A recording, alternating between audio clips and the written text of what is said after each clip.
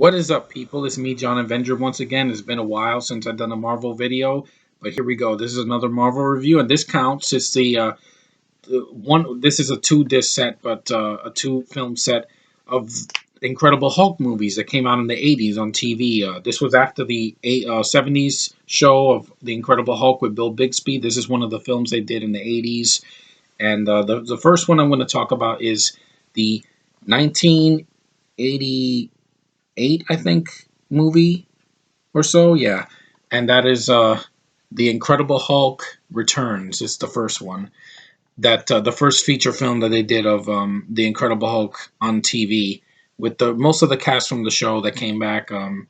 It was really good. I liked it. It's definitely low budget. Don't go into this thinking, oh, this is going to be Avengers. No, it's basically a low budget Avengers, but with like two of them. The first movie, the first one focuses on Bruce Banner trying to get the gamma radiation out of his body so he can be normal again.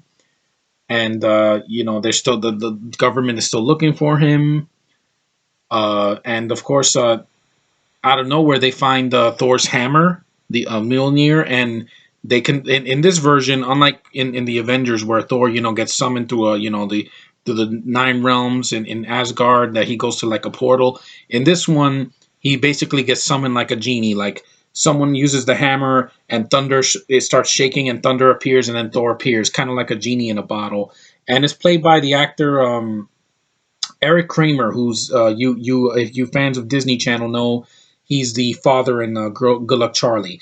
I do like this actor. I think he's a really funny Thor. He gave Thor a sense of humor, and he's really muscular and manly, and he's a good predecessor to Chris Hemsworth's Thor. Definitely different. He looks more like a Viking, but he's pretty funny because he keeps calling the Hulk troll, which I thought was pretty funny.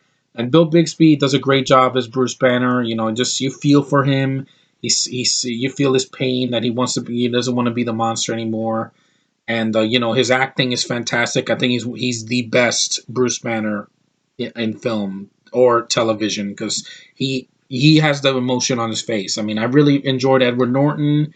I liked Mark Ruffalo, but this guy is like the OG of this character, and he plays him really well. Lou Ferrigno, always good to see him as the Hulk. He is the Hulk. In the Avengers, they put his voice, which was a nice nod to the show, and he kicks ass in this movie as the Hulk.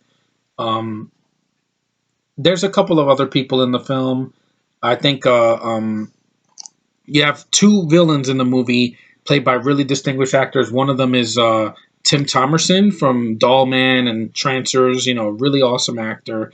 And the other, I think, is Charles Napier. He was in Rambo First Blood Part 2, I believe, and he was in Ernest Goes to Jail. I remember him from that.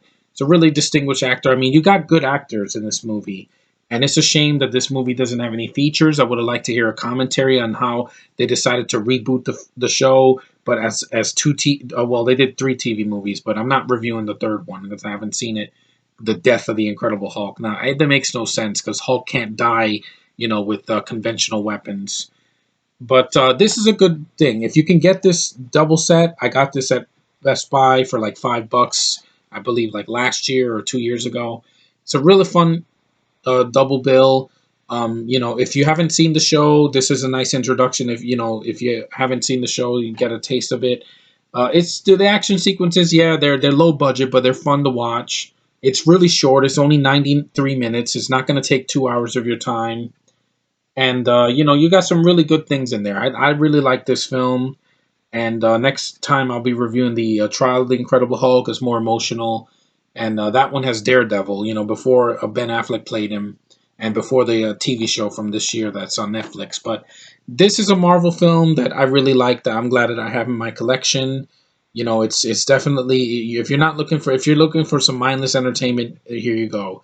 A Marvel film that would, even though it doesn't have a budget of a big budget Marvel film from now, it definitely paved the way for the Avengers and for Ant-Man and for Guardians of the Galaxy and the Incredible Hulk movie from 2008, because I'm not counting that Hulk movie from 2003. I refuse to review that. If I review that, it's going to be a rant because that movie bored me to tears. These are so much better. They're not boring. They're not 2 hours long. It's not exposition machine. There's some exposition, but it goes by fast, so you don't even think about it. And the films are fun. If you're looking for low budget fun, here you go, right there. So that's The Incredible Hulk Returns. Next time I'll be talking about The Trial of the Incredible Hulk, which I know I'll have fun reviewing again because I had got some laughs out of it. And those films have a sense of humor. I like movies that don't take themselves too seriously. Like, I'm gonna say this right now, close in HD. Not every film needs to be serious. You can have some serious moments, but not everything needs to be this Shawshank Redemption, Braveheart, Dances with Wolves, freaking Christopher Nolan type, seriousness. No, be what you are. Don't try to be something that you're not. Don't make Fantastic Four dark because that failed. Don't make Superman dark because that failed. To me, it failed. The only reason that Batman vs Superman will be good is because Batman is already dark and we already know who he is and we want to see him kick Superman's ass. That's the only hope I have for that film. But, lighthearted is not a bad thing. A sense of humor is not a bad thing. Taking things not so seriously, in certain situations, lightens the mood and it makes the audience enjoy themselves more. You don't want the audience slitting their wrists. That's not why we go to the movie theaters. But anyway, I don't want to get too dark, but there we go. Those are my thoughts. Thanks for watching. Thanks for liking. Thanks for subscribing to my channel. That always means a lot. You guys are awesome. And I will see you in the next review, which will be the trial of the Incredible Hulk. Later.